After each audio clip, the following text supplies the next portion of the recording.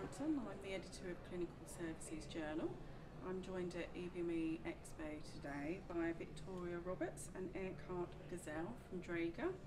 So we're looking at medtech, we're talking about connectivity and also what you're going to be highlighting at the show. So what are some of the sort of technologies that you're going to be highlighting to some of the visitors today? Well, thank you for having us, first of all. I'm really delighted to be here, and this is the event in the calendar that Draeger become most excited about because it's such a huge opportunity for us to connect with customers old and new.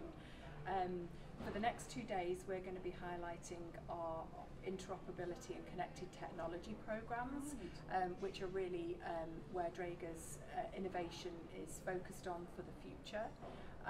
We are focused on both monitoring and ventilation for this event, but clearly, Draeger is working on connected technology interoperability across all of our modalities. So why is connectivity so important? And what are some of the benefits that it can offer in terms of patient safety and efficiency? I mean, there's a huge amount of data in a hospital for a single patient. So a single patient will carry through its sort of life cycle in a hospital a huge amount of data. And what's really important is making that data meaningful to both the clinicians, to the engineers, or to any sort of caregiver of that individual.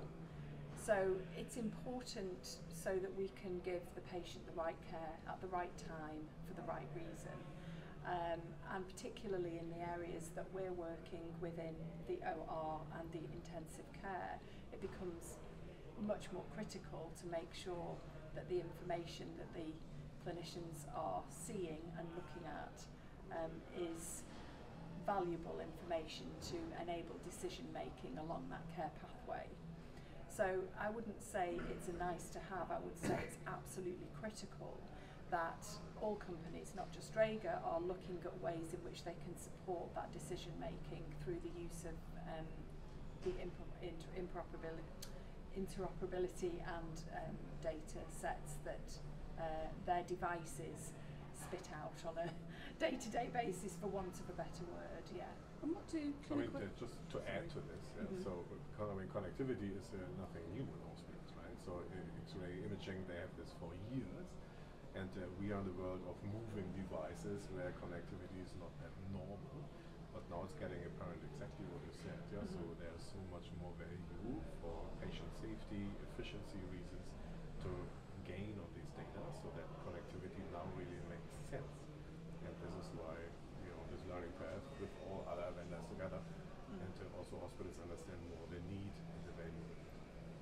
What do clinical engineers need to really understand? What can they learn from coming to your stand today about connectivity and what their role is in all of that, and to ensure smooth integration? I mean, I think one of the offerings that Draeger has in its connectivity package is device utilization analytics, which again, that Eckard has said, is not a new concept. It's been there, but it's the way now that you can digitally access that data like you never have been able to before. And why is that data important to engineers? It can make their departments much more efficient in terms of knowing how frequently those devices are being used, where they're being used, what data is coming out of them, whether there's any sort of clinical or technical training that needs to happen as a result of some of the information that is provided to them. Not necessarily where the devices are, but there is a program called OR Companion, which will look at the use of anaesthetic machines in each of the theatres. So, from an engineering perspective, and I know Eckard will go on to talk about the remote side of it, but from an engineering perspective within the hospital, it's hugely important that they are a key stakeholder in sort of this future technology when considering buying devices, yes, for sure. So tell us a little bit about the remote technologies and how that's advancing.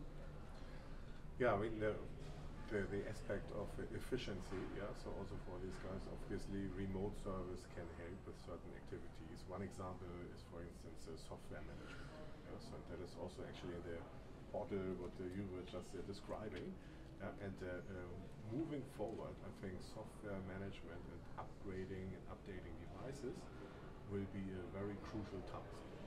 Yeah, as that is most important now with connected systems. They all need to talk to each other on the same software level. So we are used to have a new update every 3 years. This will now move as our cell phones. They get a new update every 2 months or every 2 weeks. Yeah, and this is just not more possible doing this the old way, a person running around. So and then you look for systems and connectivity to do this in a more efficient way. And that is only one aspect why this is really a big need, and in my eyes a must-have moving forward, being efficient, driving my fleet of a hospital and having all data available, what software levels am I, where do I need to update, and even doing this then via remote and not really by walking around as we are used to do. So what are some of the interesting trends that you're currently seeing in medtech in your field of expertise, do you think? What are some things that you're seeing changing and evolving and moving forward? Well, for sure, people buy devices because of the future technology, so it's not really about buying a device and looking at what it's going to give you today. It's considering, what the roadmap of that device will look like for its life cycle. We have also seen, certainly within the NHS, a real need to have a device that is sustainable. If we start to think about the carbon net zero 2046 plan that the NHS has, as an organisation we need to make sure that we're aligned with that plan. And I think, some of the trends that we're seeing is the buying patterns are slightly changing with the NHS. Right, so the replacement of devices, so those devices need to be really robust for the long term. And I think that sort of fits into a cost efficiency and sustainability sort of metric for the NHS.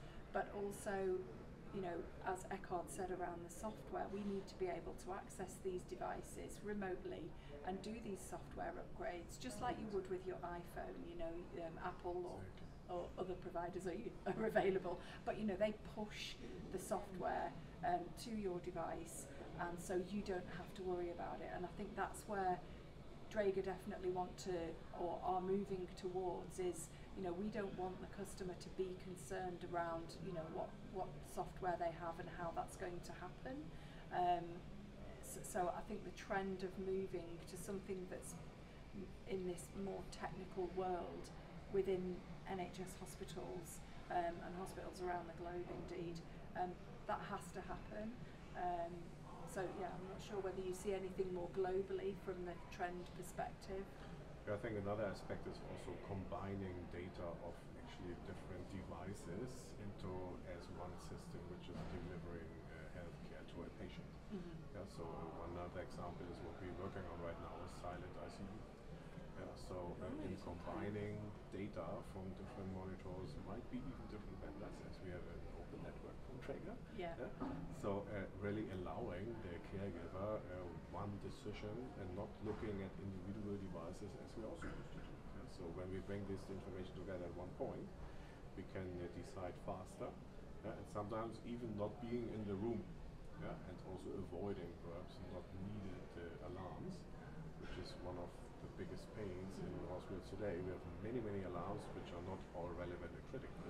Right. In combination of information, I know this is not a problem right now, but today they are in individual devices. So this is, I think, also bringing devices to a network connected together will support overall patient health and again also efficiency for hospitals. Well, that's really important from the perspective of alarm fatigue as well, isn't it? To make sure that staff continue to respond to the alerts that are really important, isn't it? Yeah, exactly. So in terms of the medtech landscape, how it's changed post-Brexit and also post-COVID, what are some of the things that you've learned, do you think? I mean, I think for anybody that works either in healthcare or supporting healthcare, there had to be lessons learned that came out of COVID. Clearly from a Brexit perspective, there were a lot of lessons or there were a lot of new things that we had to try and navigate in terms of getting products into and across the UK borders. And I think we did that quite successfully very quickly.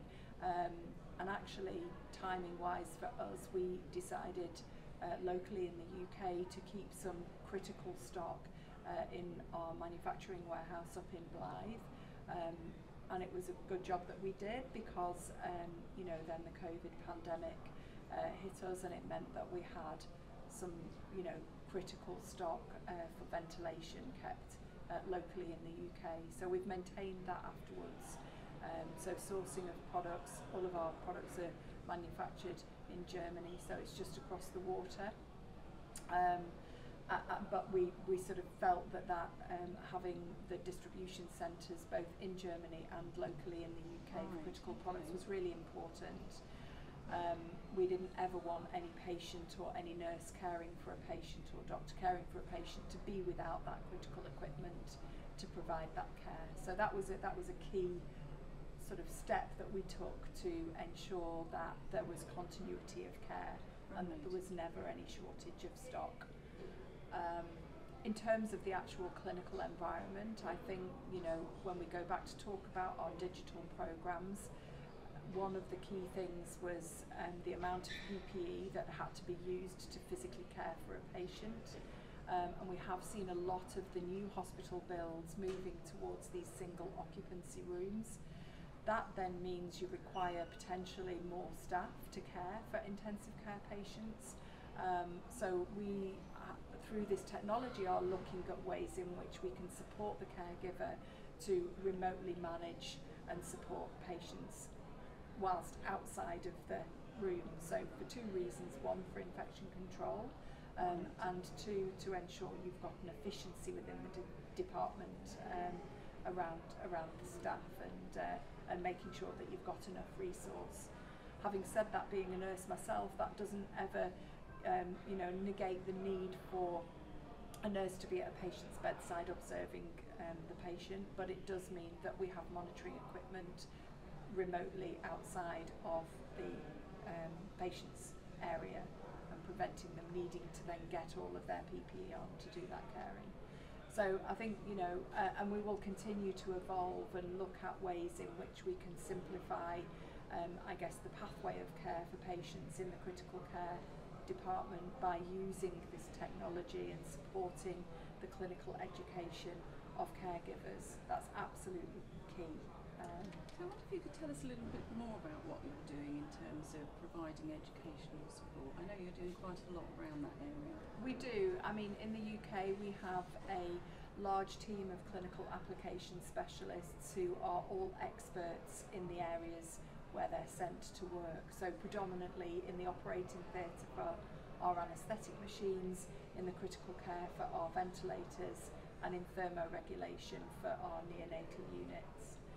And we have sort of a blended approach in terms of how we present our education programme. So we have a wealth of online learning platform, and we're currently going through a process to put that into a programme which we'll be able to put onto hospital intranet sites so that they don't have to access it on an external website. Then we have the physical face-to-face show and tell, or, you know, do one, practice one, present one, and that is really popular. So we run study days up and down the country for anaesthesia workshops, for ventilation workshops, and for thermoregulation.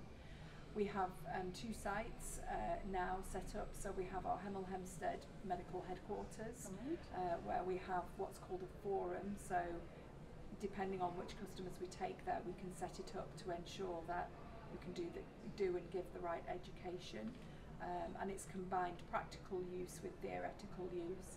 And we've just recently opened a site in partnership with a company called MIG in Altrincham in Manchester. Right, And it's an innovation centre where we can take customers to show them actually in real time. It's a theatre, it's an ICU, it's an A&E bed space. So anyone is welcome to come and join us at these sites to learn more about the Draeger products. But we have these not yet accredited but to be accredited programmes that customers can attend, learn, you know, the deep knowledge of expertise that they're going to need to go and use the equipment back in the hospital setting. But clinical and technical education is so vitally important because the use of these devices is critical, and knowing what you're doing and which buttons go where and what button does what is so important. And vendor to vendor differ ever slightly in terms of the terminology.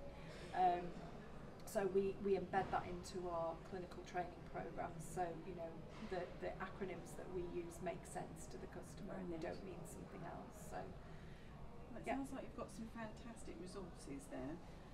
Just one last question.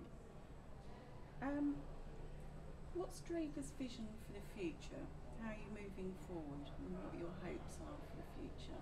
I can ask you both to answer that. Yeah, perhaps I can start, and you can follow up for the UK view. I think a little bit touch base on this already. So, and as we drive a lot what we call the SEC, so the open network driven healthcare. So really connecting more than only one brand. Draeger is not the only one.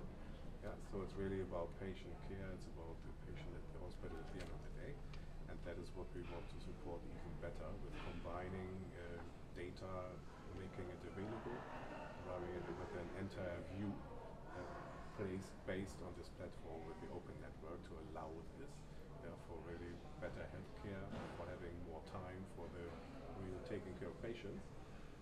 And at the end of the day, out of the service view, warranty view, also being very efficient and in a close partnership together with Draeger in this case.